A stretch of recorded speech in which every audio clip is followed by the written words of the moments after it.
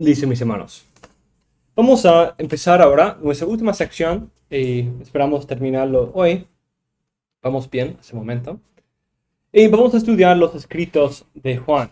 Los escritos de Juan. Y vamos a empezar con el Evangelio de Juan.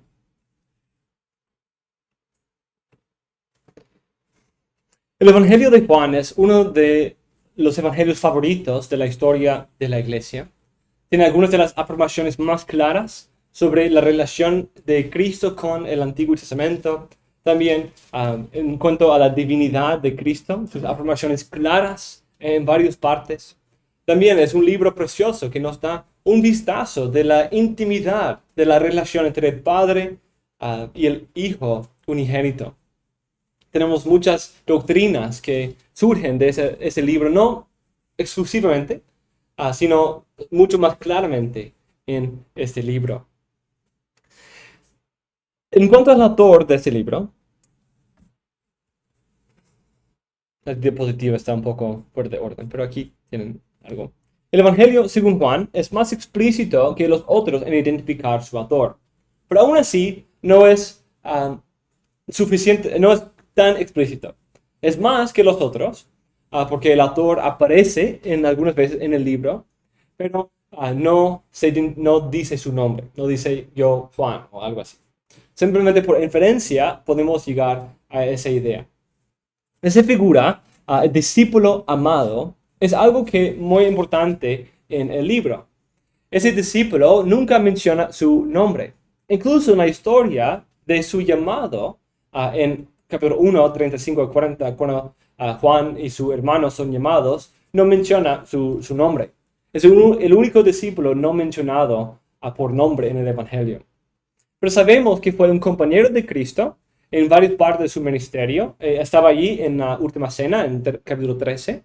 Fue un testigo de la crucifixión en capítulo 19. E incluso dice en ese momento que yo soy el testigo de esas cosas. Ahí se identifica como el testigo y autor del libro en capítulo 19.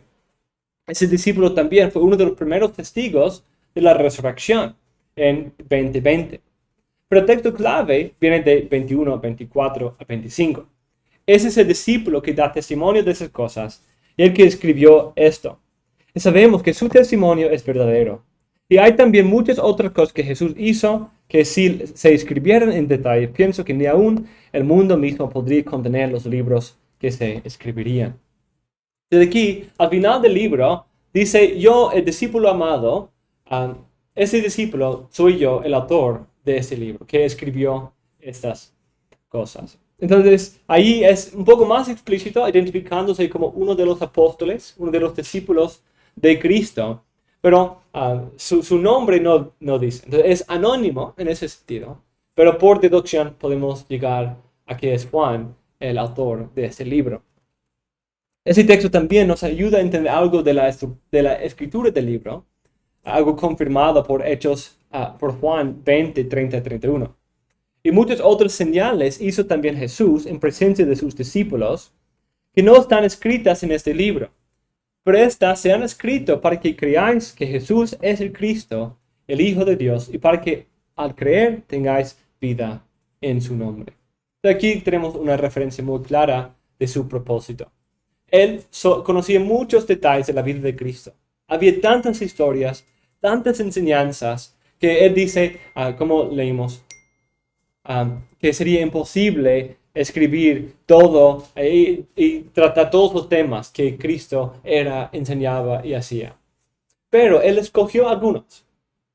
Él estructuró algunos en una narrativa con el fin de que crean que Jesús es el Cristo, el Hijo de Dios. Entonces, eso nos ayuda a ver varios temas del libro. Uno, hay un énfasis en la vida eterna en el libro de Juan. Hay mucha enseñanza sobre cómo obtener la vida eterna y siempre la respuesta es creer en Cristo, por fe en Cristo. Además, esa idea de la identificación de Jesús con el Mesías esperado del Antiguo Testamento es también un tema importante del libro. De hecho, vamos a señalar eso como un tema principal del libro, en identificar a Cristo como, mira, hemos encontrado a aquel de quien escribieron Moisés y los profetas. O hemos encontrado al Mesías. Es el lenguaje, o Cristo mismo diciendo, el Antiguo Testamento da testimonio de mí, o Moisés escribió de mí, o Abraham vio mi día. Entonces hay muchas referencias a lo largo del libro que conectan a Cristo con el Antiguo Testamento. Y eso incluso a través de las muchas citas y alusiones. Y vamos a señalar que una manera clave es que lo hace a través de conectar a Cristo con los varios símbolos del templo y de las fiestas que se celebran ahí. Además de esta referencia al discípulo amado como su autor, tenemos varias otras confirmaciones. El autor se manifiesta como un judío cristiano, con un conocimiento íntimo de prácticas y costumbres judías. E incluso está escribiendo a un público que no conocía esas costumbres. Entonces lo explica. Juan tiene quizás más comentarios de narrador que los otros evangelios, que expliquen una práctica, expliquen un contexto, por qué hicieron tal cosa. Lo explica para una audiencia fuera de Palestina, que no conocía esas prácticas, como la relación entre los judíos y los samaritanos, o la razón por qué los padres de ciego temían hablar por él, y muchos otros detalles. Finalmente, este evangelio tiene mucha evidencia de la iglesia primitiva. Los evangelios fueron recibidos muy tempranamente, los 4, aun Juan, que fue escrito un poco posterior, como vamos a ver. El canon muratoriano lo identifica con Juan y parece identificar el Juan de ese evangelio y el Juan de las cartas y Apocalipsis, por lo menos 2 cartas. Teófilo de Antioquía, mi amigo, también cita de Juan, defendiendo la eternidad del Hijo, del Logos, y cita Juan 1 y dice que viene de Juan, quien fue inspirado por el Espíritu Santo. Otros autores como Atenágoras, otro apologista contemporáneo de Teófilo, Ireneo, Clemente de Alejandría y Tasiano también lo citan como de Juan, el discípulo y apóstol. Juan, junto con los otros evangelios, tiene mayor apoyo que muchos otros libros de la iglesia primitiva y parece que fueron juntados, identificados con nombres, títulos, desde el segundo siglo. Como hemos mencionado, uno de los documentos de los evangelios más antiguos es una composición de Lucas y Juan, y son distinguidos también en un solo códice. En cuanto a la fecha del libro, es un poco más complejo.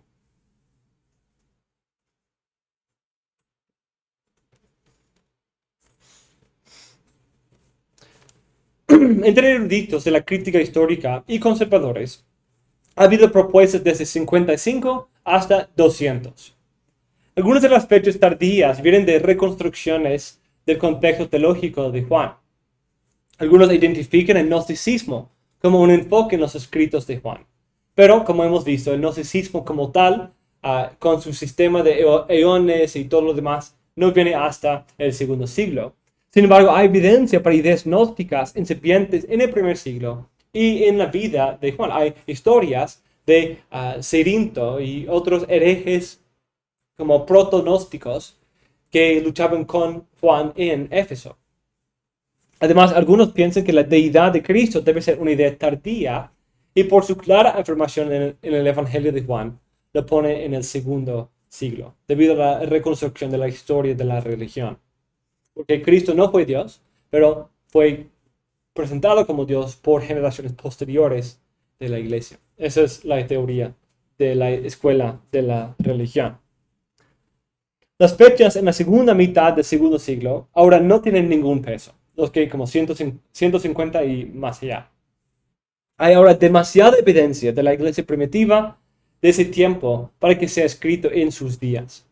Además, un autor, Bauer, propuso esta fecha de alrededor de 200 y poco después se encontró un fragmento del Evangelio de Juan, que está ahí, P52, que fecha de alrededor de 100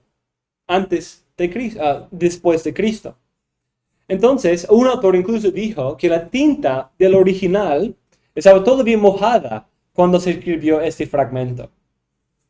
Aunque es un poco exagerado, Pero es algo muy llamativo e incluso destruyó mucha erudición sobre el libro de Juan que se había hecho antes de los primeros años del siglo XX, como en 1900, al final de 1800 se encontró. La evidencia del libro parece dar una fecha tardía, no de 55. En primer lugar, 21:19 parece hacer referencia al martirio de Pedro y algo que él parece haber podido confirmar.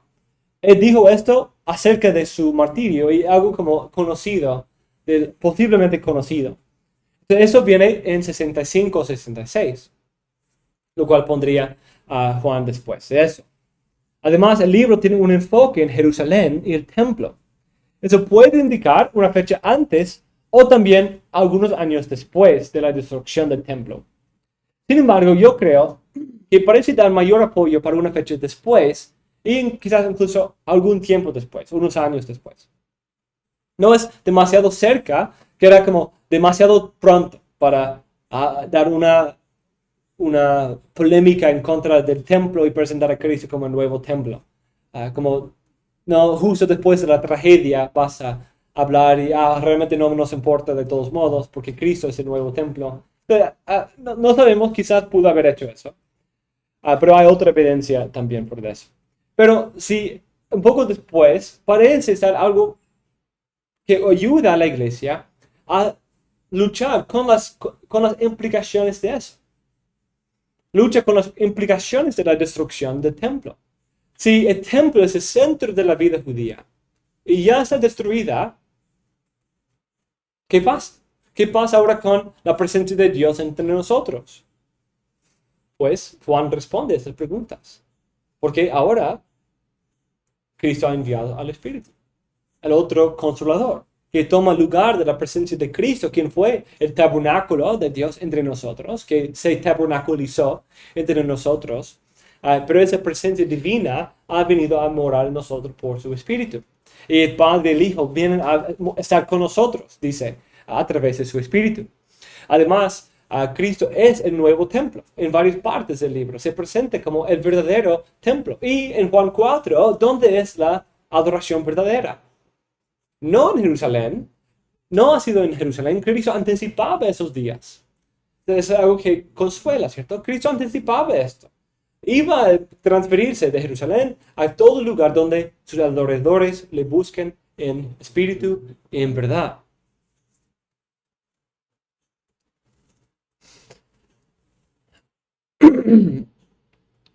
Además, hay otras referencias históricas que parecen contribuir a esta fecha. Por ejemplo, en Juan 9, enfatiza la amenaza contra los padres del ciego, diciendo que tenía temor de que lo botaran de la sinagoga. Incluso habían declarado botar de las sinagogas a los seguidores de Jesús. Eso es algo que probablemente fue una realidad temprana, y por eso Juan lo cita. Pero ¿por qué él lo dice y otros evangelios no lo mencionan? Pues en el tiempo alrededor de Juan fue una realidad histórica también. Fue oficial la exclusión de los cristianos de las sinagogas alrededor de 85 y 90. Entonces, eso fue una realidad de que muchos experimentaban en sus días. Incluso es algo llamativo porque hay evidencia de que algunos cristianos buscaban refugio en sinagogas porque el judaísmo seguía con cierto derecho público bajo el Imperio Romano. Pero con tiempo, cuando la iglesia se iba separando y distinguiendo más y más del judaísmo, no tenía esos mismos derechos. Los judíos podían adorar el día de reposo, podían practicar su propia religión, tenían ciertos derechos. Pero los cristianos, cuando estaban bajo el judaísmo, tenían esos derechos, pero siendo cristianos separados de los judíos, no tenían esos derechos. Entonces, algunos cristianos se refugiaban en las sinagogas, quizás, pecaminosamente. Incluso quizás eso es detrás del libro de Hebreos, y algunos queriendo volver a prácticas judías para evitar persecución. Entonces, si ese es el caso, es algo llamativo que Juan enfatiza la amenaza de ser botados de la sinagoga en su evangelio, algo que puede dar algo de ánimo, que ellos sean como el ciego que lo confesó, aunque fuera riesgoso. Otro detalle es que parece tener el fondo del culto imperial en el libro. Domiciano fue uno de los dos principales, o Calígula también a cierto nivel, pero Nerón y Domiciano parecen ser los dos emperadores que hicieron más uso de ese culto imperial, que la adoración del emperador. Todos los emperadores fueron considerados divinos después de su muerte. Teosis después de la muerte. Murieron y fueron convertidos en divinos. Pero Calígula, Nerón y Domiciano parecen haber usado títulos divinos en sus vidas antes de su muerte. Y uno que, según evidencia romana, fue el título favorito de Domiciano, fue Señor y Dios. Señor y Dios. Y entonces, si ese es el caso, es interesante que quizás la historia de Tomás sea una retórica, una polémica en contra de esa afirmación. Cuando Tomás reconoce a Jesús como mi Señor y mi Dios. Entonces, eso daría una fecha entre 81 y 96 cuando reinaba Domiciano. Entonces, es probable que sea en la mitad o la segunda mitad de los años 80.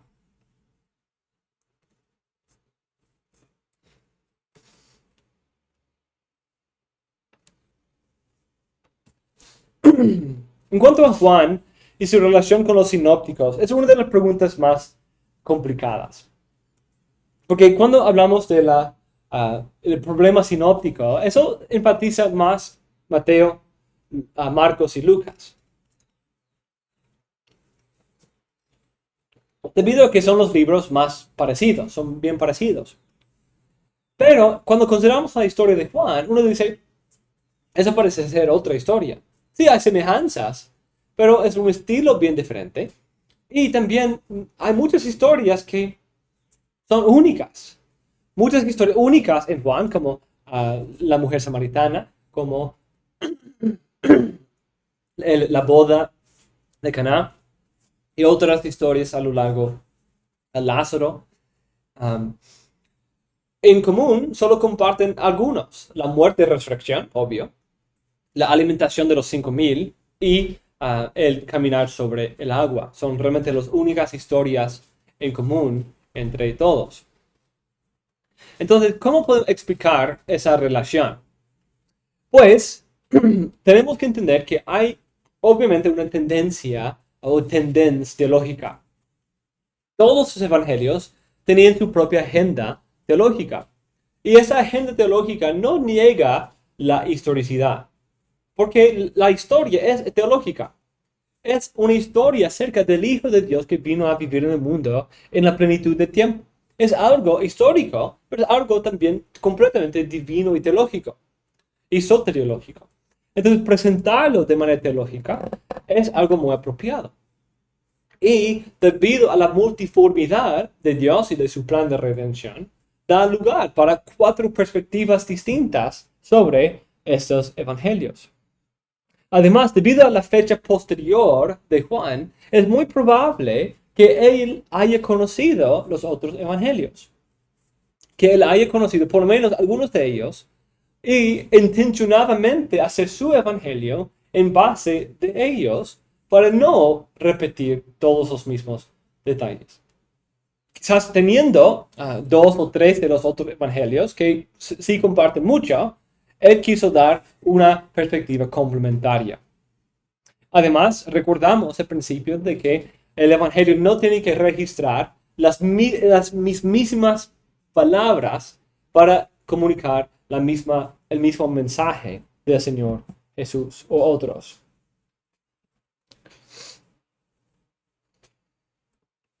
Algo interesante acerca de la historicidad de ese libro es que se afirma aún más explícitamente que los otros ser la obra de un testigo ocular. Un par de lugares, tanto en capítulo 19 como en capítulo 20 y 21, habla de su rol, el discípulo amado, como testigo de las cosas, testigo de la crucifixión de Cristo y testigo de su resurrección. Eso es algo que es muy importante, que también nos ayuda. Y es algo confirmado por 1 de Juan, que también empieza con ese mismo lenguaje. Una manera que también es complementaria, no simplemente otra perspectiva teológica complementaria. Pues yo quiero presentar a Cristo el, ah, como el rey. Pues yo quiero presentarlo como sacerdote. Pues yo quiero presentarlo como el Hijo de Dios. Entonces, uno puede presentarlo de varias maneras y trazar los temas a lo largo del libro. Otra manera en que se complementan es que los evangelios enfatizan el ministerio de Jesús en Galilea. Juan se centra en Judea, alrededor de Jerusalén. Casi todas las historias de Juan son en sus viajes a Judea. Es interesante porque eso es algo de un hueco en la historia de los otros evangelios. Porque en los otros evangelios, realmente en Lucas, por ejemplo, vemos desde el capítulo 9, voy a Jerusalén. El camino hacia su última entrada a Jerusalén. Y tenemos su ministerio en Galilea y realmente no tenemos referencias a las muchas fiestas que los judíos celebraban. Las fiestas anuales donde todos los judíos, como vemos en Hechos, incluso desde otra parte del mundo, venían para celebrar en el templo según la tradición judía. Entonces, realmente los otros evangelios no tratan esa historia porque tienen un tema del viaje, enfatizando el avance de su ministerio, incluso enfatizando los gentiles y otros temas así que se conectan con Galilea y llevándolo hacia Jerusalén, y Jerusalén como el lugar de su rechazo. Entonces, Jerusalén llega a ser ese lugar del rechazo de Cristo en los sinópticos, pero en Juan, Judea y Jerusalén es un lugar donde también Cristo dio testimonio y cumplió el simbolismo de lo que ese lugar significaba. Entonces, enfatiza esa otra perspectiva de, entonces sabemos que Cristo fue un judío, y todos los judíos iban al templo por lo menos algunos años, algunas veces al año. Tenían que pagar sus impuestos, tenían que ir a ciertas fiestas, era algo requerido. Entonces, Cristo hizo eso, pues, como un buen judío sí lo habría hecho. En el Evangelio de Juan vemos lo que sucedió en ese momento. Y quizás también esos momentos eran buenos lugares donde explica en los otros evangelios cómo recibió tanto renombre y por qué enviaban desde Jerusalén y todo eso. Hay algunas conexiones de cómo se dio a conocer todo eso. Pero Juan quizás provee otra perspectiva complementaria para eso. Por esto, un autor dice, así pues, hay buenas razones para concluir que Juan y los sinópticos ofrecen teologías que se complementen mutuamente y caracterizadas por una coherencia subyacente que no se ve mermada por sus respectivos énfasis teológicos. Una pregunta clave cuando buscamos armonizar los 4 evangelios es la fecha de la crucifixión. ¿En qué día Cristo murió? Los evangelios sinópticos parecen presentar la crucifixión como en el día viernes o el día de la Pascua. Pero Juan dice que fue el día de la preparación para la Pascua. Entonces, si es el día de la Pascua o el día de la preparación para la Pascua, no serían el mismo día, ¿cierto? Entonces, ¿cómo podemos armonizar esos dos puntos? Pero, un autor dice, otro ejemplo de la estrecha relación entre Juan y los sinópticos es la representación de la pasión de Jesús. En ese caso, el principal obstáculo para apreciar la estrecha coherencia entre los relatos sinóptico y joánico de la crucifixión es la afirmación frecuentemente formulada de que los respectivos relatos difieren en su datación de la crucifixión. Sin embargo, un examen más detenido revela que esta contradicción es solo aparente. Se puede demostrar que Juan y los sinópticos presentan a Jesús comiendo una última cena con sus discípulos, una cena pascual el jueves por la noche, y que la crucifixión tuvo lugar el viernes por la tarde. Entonces, esto depende de cómo ellos ponían nombres a los días de la semana en ese tiempo. Ellos no tenían palabras como lunes, martes, miércoles, sino los primeros días fueron primero, segundo, tercero, cuarto, quinto, y de ahí cuando llega al sexto es día de preparación. ¿Preparación para qué? Para el día de reposo. Y de ahí sábado es el sábado, el día de reposo. Solo 2 días tenían nombres en el calendario judío. Entonces, cuando dice el día de la preparación de la Pascua también no es solamente el día en que se come la comida, sino también es toda la semana. Es la semana de Pascua. Entonces, el día de preparación de la Pascua también puede interpretarse como el día viernes de la semana de Pascua. Porque ese es el mismo nombre que uno usaría para hablar de viernes como tal. No necesariamente el día antes de la Pascua, cuando preparaban la Pascua, sino el día viernes de la semana de Pascua. El día de preparación para el sábado en la semana de Pascua. Y el sábado especial al cual hace referencia no es el día de la Pascua como tal, sino es el día sábado de esa semana, que fue un sábado especial según la ley judía. Entonces eso es solo una armonización ahí. En cuanto a la estructura del Evangelio de Juan, podemos dar un bosquejo bastante resumido. Aquí tenemos, normalmente se divide en 2 libros. Los libros de las señales, 1 a 12. Pues el prólogo famoso, 1 a 18. 1 a 18. Y de ahí el libro de las señales, una serie de milagros, de apariencias en Jerusalén, de 1 a 12. Y de ahí tenemos su entrada en capítulo 12 a Jerusalén y su tiempo final, el libro de lo que se llama el libro de exaltación, cuando Cristo está listo para ser levantado.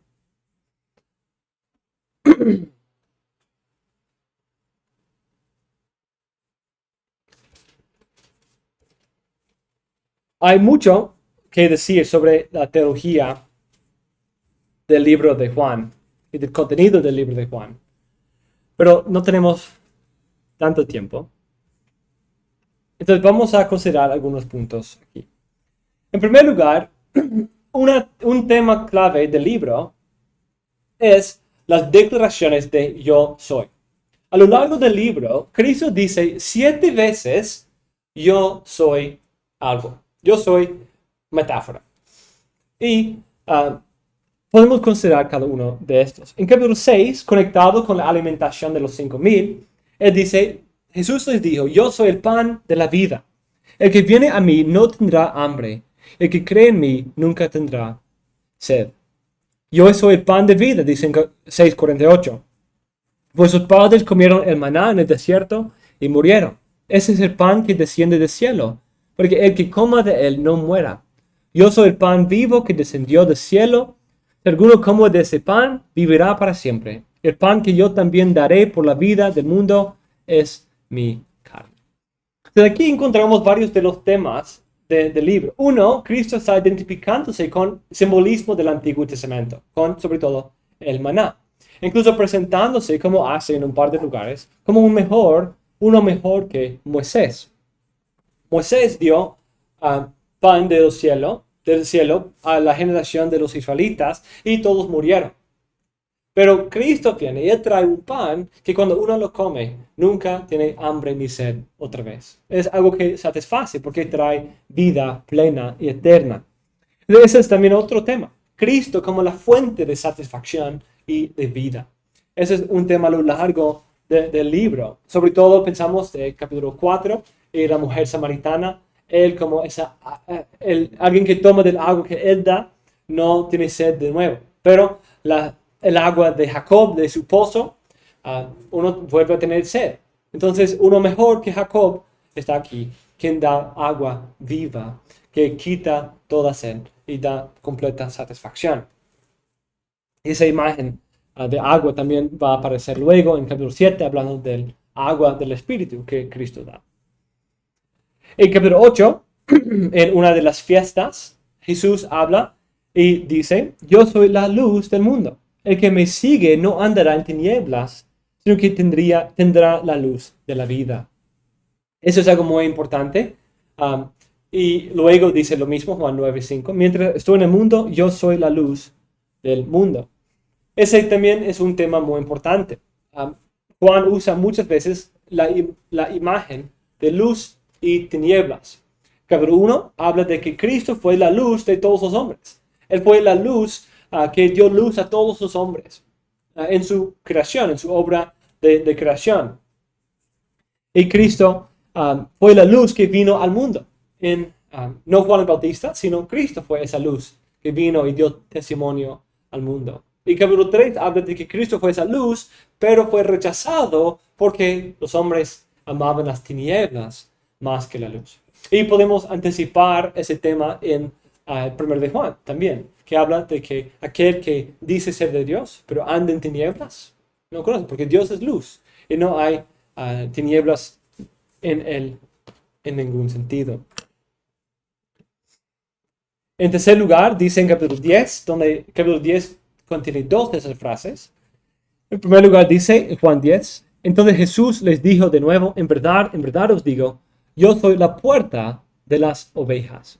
Todos los que vinieron antes de mí son ladrones y salteadores, pero las ovejas no les hicieron caso.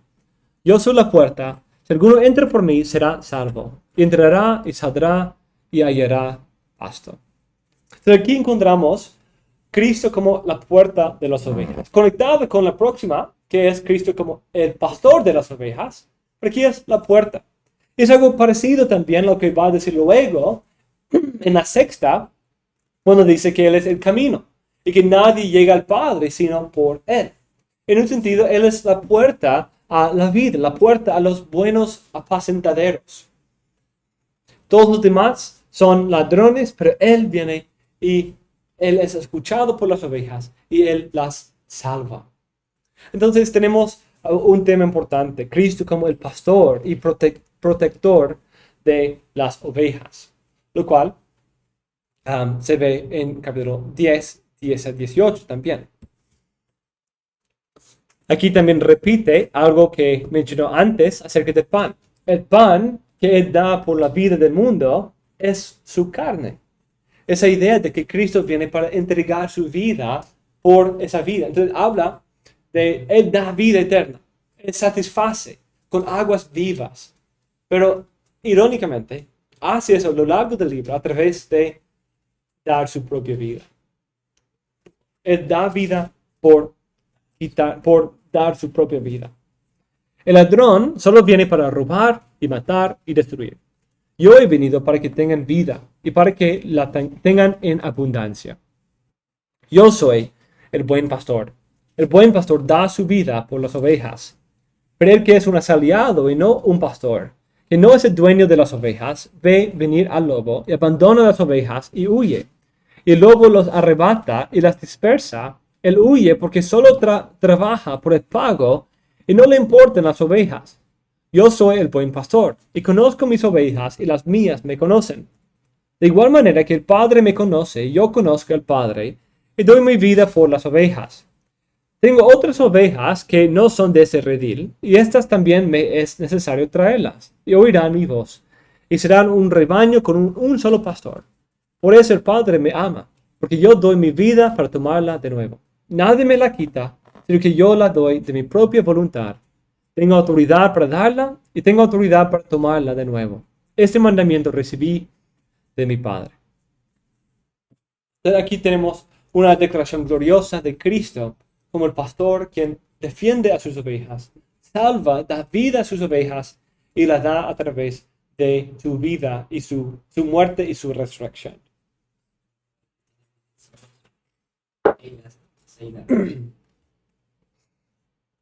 En capítulo 11, en la resurrección de Lázaro, Cristo parece intencionadamente arrastrarse los pies y llegar tarde, quizás incluso para ese simbolismo. No sabemos exactamente sus intenciones detrás de eso. Pero parece que Cristo sí les está enseñando algo. Y Jesús le dijo a Marta cuando viene y le está cuestionando, ¿por qué no viniste? Si solo tú estuvieras, todavía estaría vivo. Y dice, yo soy la resurrección y la vida. El que cree en mí, aunque muera, vivirá. Y todo el que vive y cree en mí, no morirá jamás. ¿Crees esto? Entonces aquí encontramos un tipo de clímax a todo esto. Antes ha estado hablando de recibir plena vida, pero aquí lo hace aún más explícito, que es una vida aún después de la muerte, una vida de resurrección. Algo que vemos en capítulo 5 también, que hay una resurrección general de los justos y los injustos. Pero aquí en Cristo, los que están en Él, los que creen en Él, los que toman de Él, los que comen de Él, reciben vida incluso después de la muerte. Esa resurrección para vida plena y eterna. Es algo muy interesante, algo que trae mucho consuelo a los cristianos frente a la muerte, como también Pablo usa en 1 Tesalonicenses 4, hablando de que incluso los que mueren en Cristo serán resucitados, porque también Cristo no los va a abandonar, sino Cristo esas primicias, y como Él fue resucitado, también otros van a resucitar. En una manera vemos aquí un ejemplo, algo creo que interesante en los evangelios, que hay ciertas señales de tipología en la vida de Cristo. Y creo que aquí es un ejemplo de eso, que la resurrección de Lázaro sirve como un tipo aquí, tanto de su propia resurrección, como de la resurrección futura de Lázaro mismo y de otros que creen en él. Cristo está usando Lázaro como un tipo, una muestra de cómo será la resurrección futura. Todos los suyos, los que creen en él, serán resucitados. Y hay otros casos en que de ese tipo de tipología en los evangelios, por ejemplo, las muchas sanidades o el echar fuera a los demonios, anticipa ese último momento en la cruz, cuando Cristo conquista a Satanás. O también las sanidades son símbolos de nueva creación, que son tipos y muestras, primicias de la venida de la nueva creación en Cristo y su resurrección, en su forma inaugural. Pero también eso anticipa tipológicamente la consumación en la gloria. En sexto lugar, dice, Jesús le dijo, yo soy el camino, la verdad y la vida. Nadie viene al Padre sino por mí. En el Evangelio de Juan hay otro tema muy común que se ve en muchas partes. Esa es la idea de la verdad y el testimonio. Un testimonio verdadero. Hay mucho énfasis en esto a lo largo del libro, hablando de los varios testimonios o testigos de Cristo, o él mismo como un testigo de Cristo, y su testimonio es verdadero, ¿cierto? La luz y la verdad, la vida y la verdad y la luz son temas que van juntos, y de ahí por el otro lado tenemos luz, tinieblas, verdad, mentira, tenemos vida, muerte. Entonces aquí tenemos a Cristo como el camino, la verdad y la vida. Muchos de los mismos temas que vemos en otras partes, pero aquí resumido, y también la misma idea de que Cristo es el único camino al Padre, el quien ha revelado al Padre y también nos trae al Padre. En último lugar, tenemos otro tipo de parábola, como el buen pastor en capítulo 10. Aquí también tenemos una de esas declaraciones que se convierte en un tipo de parábola. En Juan 15, de la vid verdadera. Yo soy la vid verdadera, y mi Padre es el viñador. Todo sarmiento que en mí no da fruto, lo quita. Y todo el que da fruto, lo poda para que dé más fruto. Vosotros ya estáis limpios por la palabra que os he hablado. Permaneced en mí, y yo en vosotros. Como el sarmiento no puede dar fruto por sí mismo si no permanece en la vid, así tampoco vosotros si no permanecéis en mí. Yo soy la vid, vosotros los sarmientos. El que permanece en mí y yo en él, ese da mucho fruto. Porque separados de mí nada podéis hacer. Si alguno no permanece en mí, es echado fuera, como un sarmiento y se seca, y los recogen, los echan al fuego y se queman. Si permanecéis en mí y mis palabras permanecen en vosotros, pedid lo que queráis y os será hecho. En esto es glorificado mi Padre, en que deis mucho fruto, y así probéis que sois mis discípulos. De aquí encontramos una idea muy importante para el Evangelio de Juan y primero de Juan. Es la idea de Cristo como la vid, la fuente de nuestra nueva vida y la fuente de nuestros frutos. Porque nosotros manifestamos que somos sus discípulos cuando nosotros producimos los frutos que vienen de Él. Como dice en capítulo 13, ¿cierto? Así el mundo sabrá que ustedes son mis discípulos,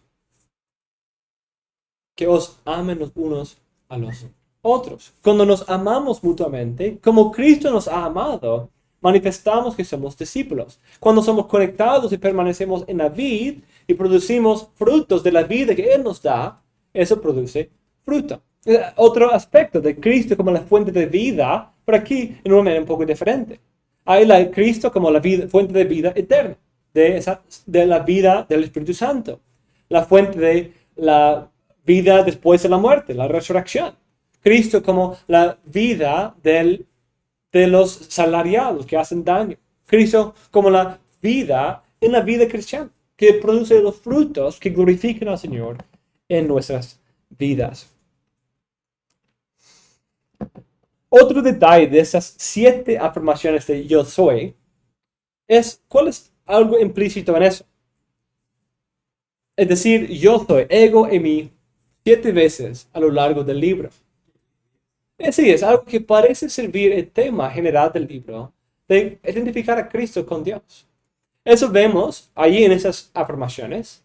También lo vemos en lugares implícitos interesantes, como en capítulo 10, los judíos se quejan contra él, diciendo que tú, siendo hombre, te haces igual a Dios.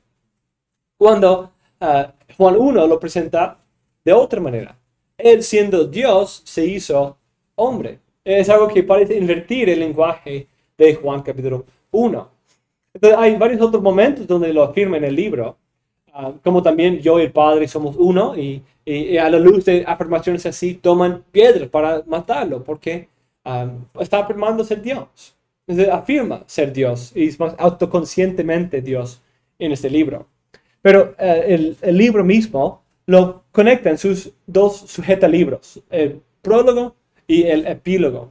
Tenemos uno al 18 y de ahí a la historia de Tomás, realmente en 20, 28 a 31. Los 2 que afirman la divinidad de Cristo. Sobre todo, capítulo 1, incluso afirmando que es igual a Dios, aunque distinto del Padre, pero es Dios. También afirmando que Él fue el creador de todas las cosas, es antes de todas las cosas. Incluso, sí, antes de Abraham, yo soy. Entonces, hay varias otras referencias, pero ese es un punto teológico muy importante.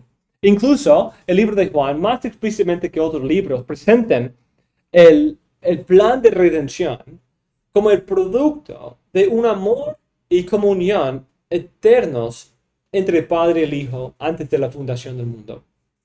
Entonces, esa eternidad y divinidad del Hijo sirve también ese tema, que el pueblo que el Padre me ha dado, que incluso le dio antes de la fundación del mundo, que va a restaurarle esa gloria que tuvo antes de la fundación del mundo, en Juan 17. Hay esa idea en capítulo 6, capítulo 17, de un pueblo que el Padre le dio al Hijo, un nombre que le dio, una gloria que le dio. Y Él viene y Él cumple ese plan de redención, salvando a ese pueblo, el Padre le había dado, dándole vida, levantando a ese pueblo, glorificándose en ese pueblo, para que cumpla ese mandato que el Padre le había dado. Entonces tenemos algo que parece un testimonio del pacto de redención eterno. Otro tema importante del libro es el Espíritu Santo.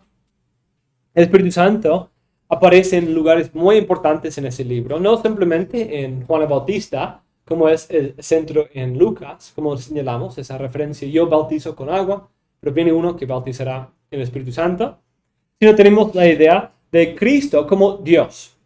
Cristo es la presencia divina. Él vino y hizo su tabernáculo entre nosotros en 1:14. Y 2:18 presenta a Cristo y su cuerpo como el verdadero templo. Entonces, qué increíble.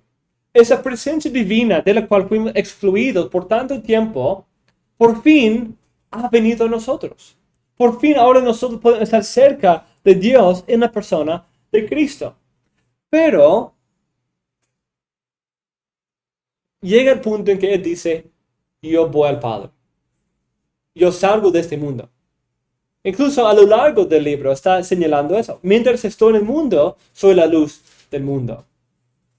Entonces, pues por fin, esa es la esperanza que habíamos tenido. Por fin ha venido la presencia de Dios a morar entre nosotros.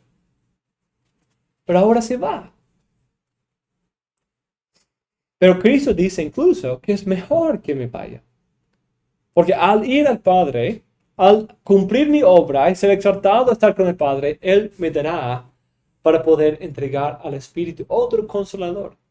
Y de manera muy interesante, esa presencia divina en el templo, que llega a morar entre los discípulos en Cristo, ahora viene a morar en todo creyente por el consolador del Espíritu Santo.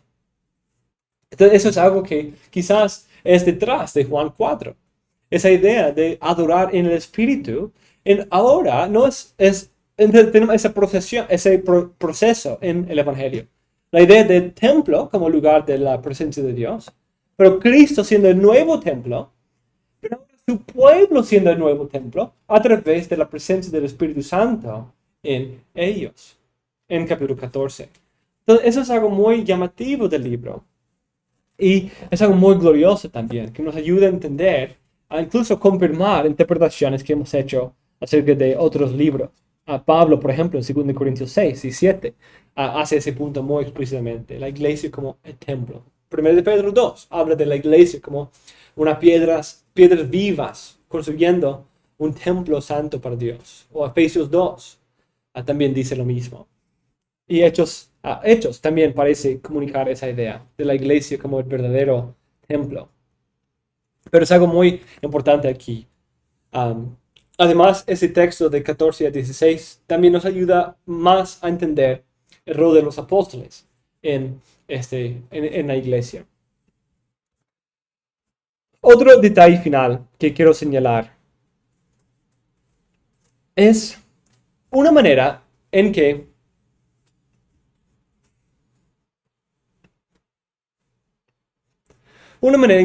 Juan comunica a Cristo como el cumplimiento del Antiguo Testamento.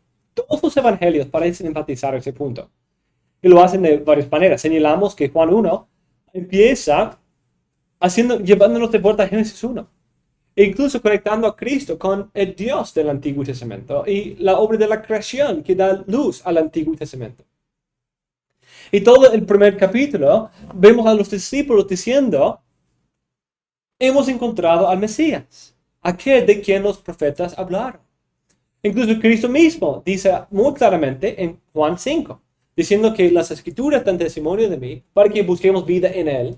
Y Moisés escribe de él y ellos no son discípulos, los fariseos no son discípulos de Moisés, porque Moisés amaba a Cristo y esperaba y aguardaba el día de Cristo y hablaba de él.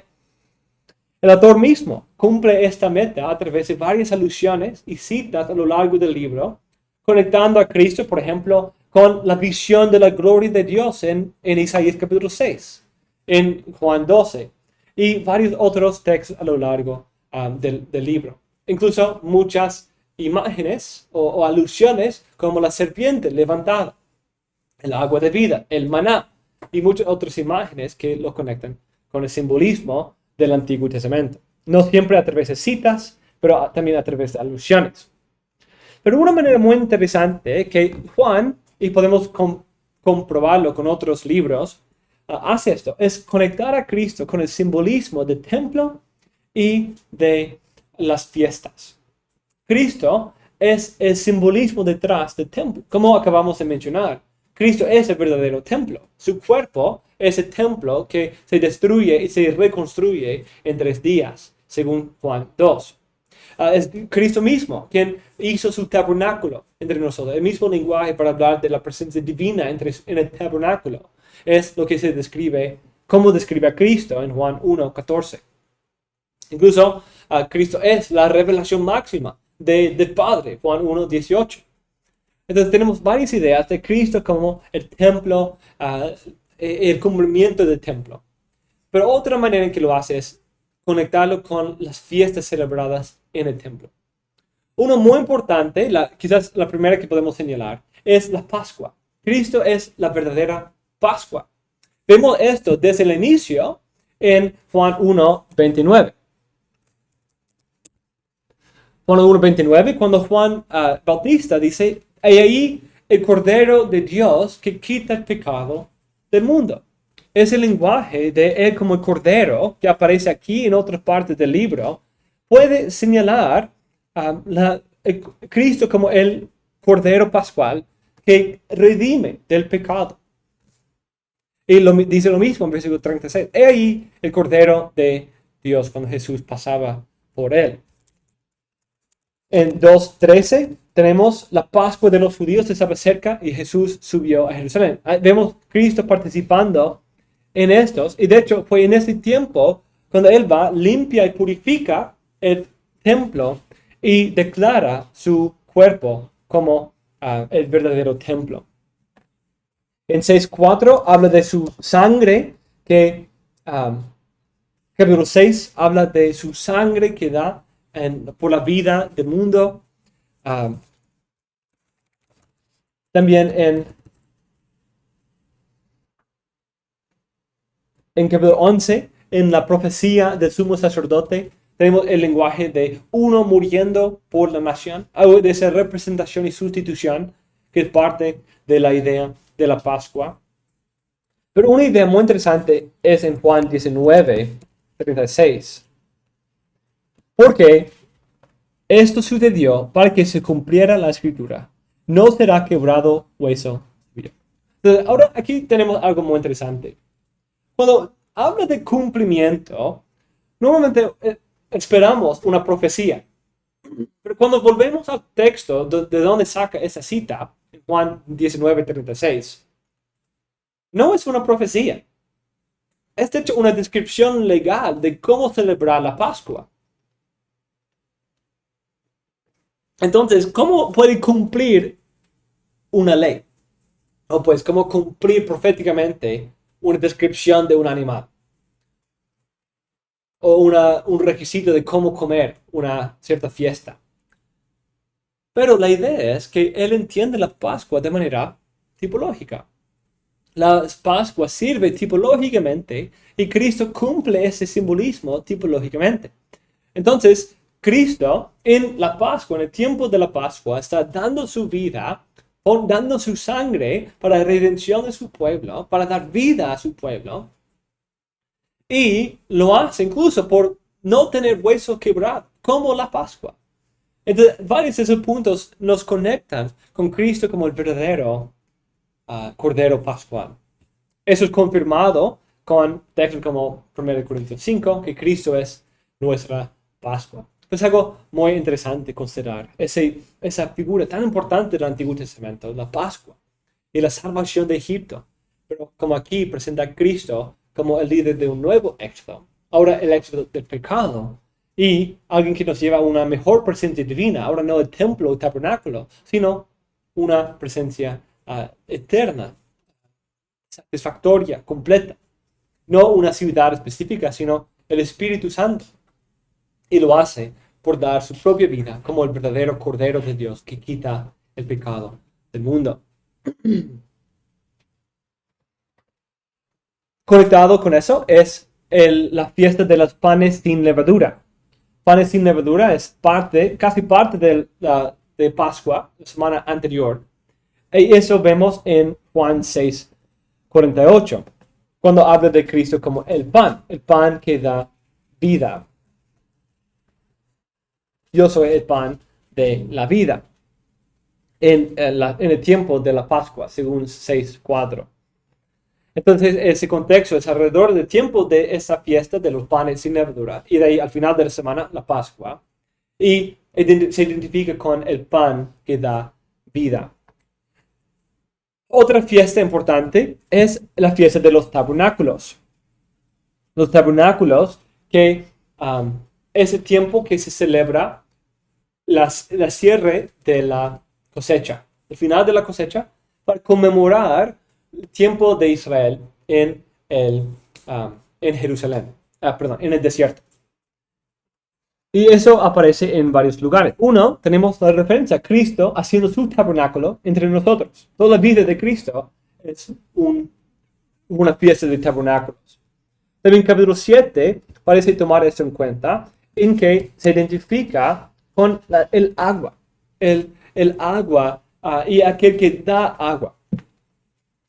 Y dice, en el último día, 7:37, el gran día de la fiesta, Jesús puesto en pie exclamó en alta voz diciendo, si alguno tiene sed, que venga a mí y beba. El que cree en mí, como ha dicho la Escritura, de lo más profundo de su ser brotarán ríos de agua viva. Interesantemente, esto viene en el contexto de la fiesta de tabernáculos, en una parte de la celebración donde traían vasijas de agua, mucha agua, de las piscinas afuera del templo, y los llevaban dentro y se usaban para purificación, también se usaban para limpiar los muchos sacrificios que se hacían en ese tiempo.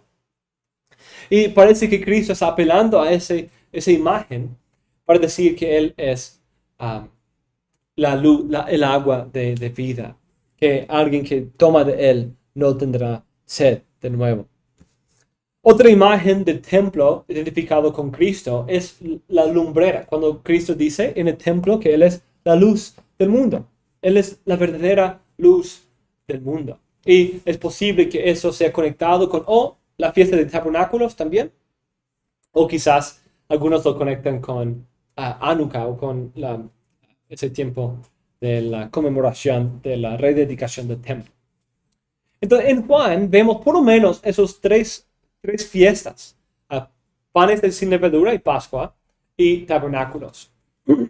Y Cristo como el cumplimiento de ese simbolismo. Cristo trayendo la verdadera Pascua y también siendo el agua de vida en el tabernáculo, el que trae vida y satisfacción a los del desierto, ¿cierto? Qué interesante la imagen del desierto y Cristo como esa roca que trae agua en medio del desierto. Es interesante en Éxodo, como es el contexto de la fiesta de tabernáculos.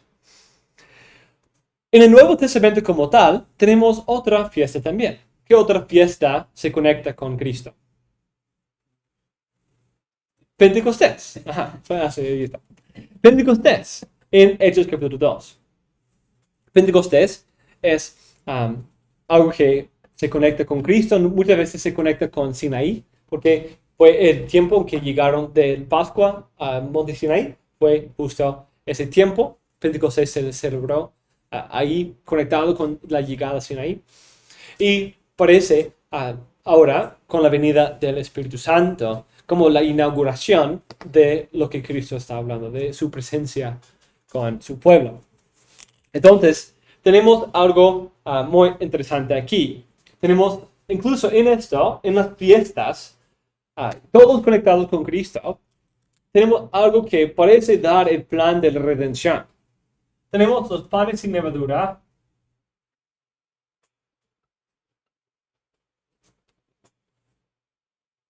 Panes sin levadura y Pascua. Eso enfatiza en el lenguaje de redención, ¿cierto? Cristo como el Cordero, Cristo como el pan de satisfacción que trae vida a los muertos, la Pascua, redención. Y es el tiempo de la siembra. De ahí tenemos Pentecostés. Pentecostés que se conecta con el Espíritu. y es el tiempo de las primicias. Muy interesantemente, ya que el Espíritu Santo mismo se conecta con las arras, la garantía, las primicias de la redención final. Y la redención final se conecta con tabernáculos, que es el tiempo de la cosecha completa. Y es celebrar la protección divina.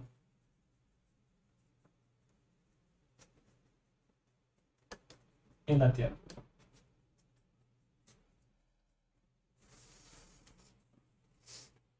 Entonces, tenemos la redención de Egipto, la llegada al Sinaí y tabernáculos que conmemora en la tierra prometida el tiempo que Dios los protegió en el desierto.